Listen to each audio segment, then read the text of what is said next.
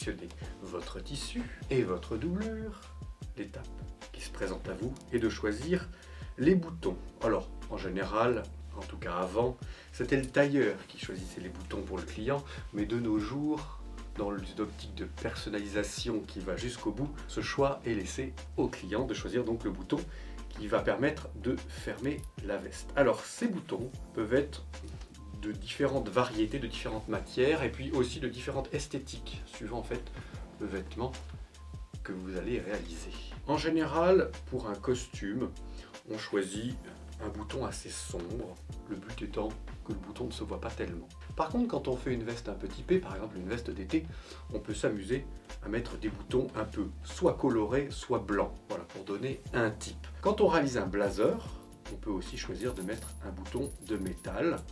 Alors ça n'est plus tellement dans l'air du temps, mais c'est possible, un bouton argent ou un bouton doré. Alors les boutons pour hommes ont en général à peu près la même forme. Chez les femmes, il existe une très importante fantaisie. Des boutons avec des formes amusantes, pas forcément rondes, ça peut être carré, ça peut être avec des formes de papillons. Voilà, on peut vraiment trouver des boutons de fantaisie, des boutons mêlant aussi des perles, comme des bagues. J'ai le cas, par exemple, c'est Chanel, qui s'amuse vraiment avec les boutons. Mais pour hommes, la tradition veut que les boutons soient vraiment très sobres. En général, 18 à 20 mm pour le bouton du milieu, celui qui va fermer la veste, et 14-15 mm pour le bouton des manches. Voilà. Le manteau, en général, a un bouton un petit peu plus gros, lui, y compris aux manches.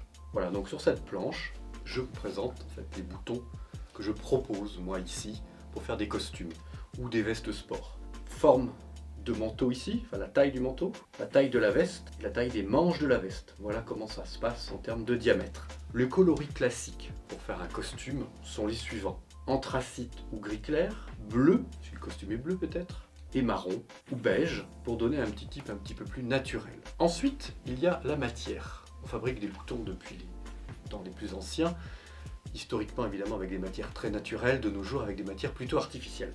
Les boutons que vous voyez sur cette planche sont ceux que je propose préférentiellement ici pour réaliser des costumes en demi-mesure, sont des boutons en acétate.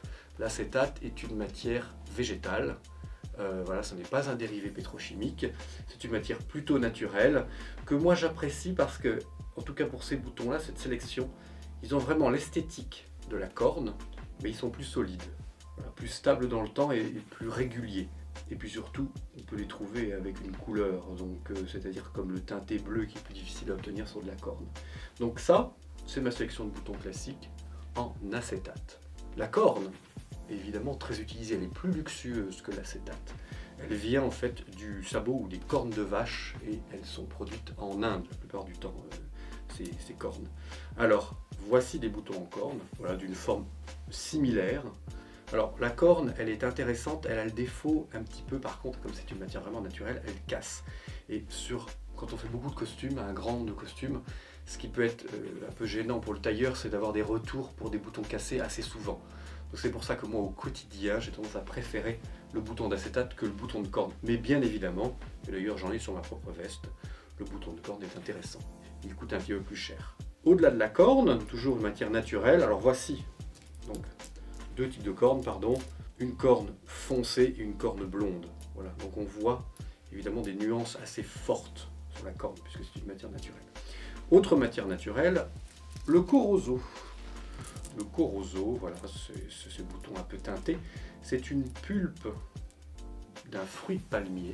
Voilà, il faudrait regarder sur Wikipédia plus précisément, mais en tout cas ça dérive d'un fruit de palmier. Donc c'est une matière végétale, naturelle. D'ailleurs, on le voit un petit peu sur ce bouton, il a un tout petit peu d'effet, voilà, de bois, on voit comme des veines. Donc le corroso est une matière naturelle. Ensuite, vous pouvez trouver des boutons de polyester, donc c'est le cas de ceux qui sont ici au milieu de la table, les gris et les blancs cassés.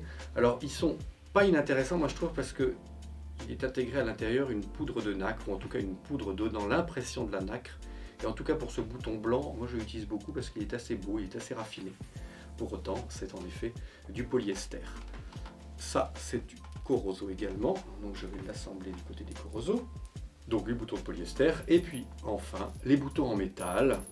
Donc c'est du métal qui a été faussement doré. Il existe, cela dit, chez des fabricants spécialisés, par exemple le Landry Chéri, propose une planche de boutons de blazer en or. Donc c'est possible, ça existe. Le bouton de blazer un peu à l'ancienne, donc il peut être doré, un peu vieilli, il peut être argenté.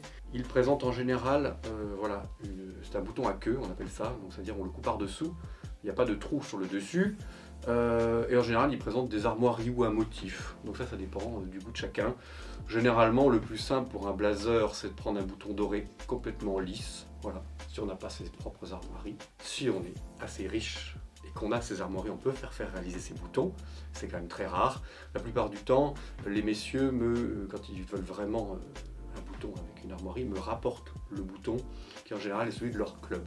Voilà, parce qu'en général, les gros clubs comme l'Automobile Club à Paris ou le Yacht Club de Monaco ont leurs propres boutons qu'ils éditent au service de leurs membres.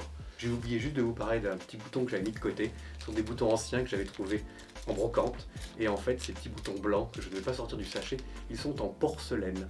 Voilà, parce que, évidemment, avant l'invention du plastique, il fallait bien trouver des matières un peu luxueuses. Donc ces boutons blancs sont en porcelaine. Ils doivent être des années 1920. Voilà. Donc voilà un certain nombre de boutons, de styles et d'horizons variés pour finir votre veste ou votre pantalon, en tout cas pour pouvoir le fermer.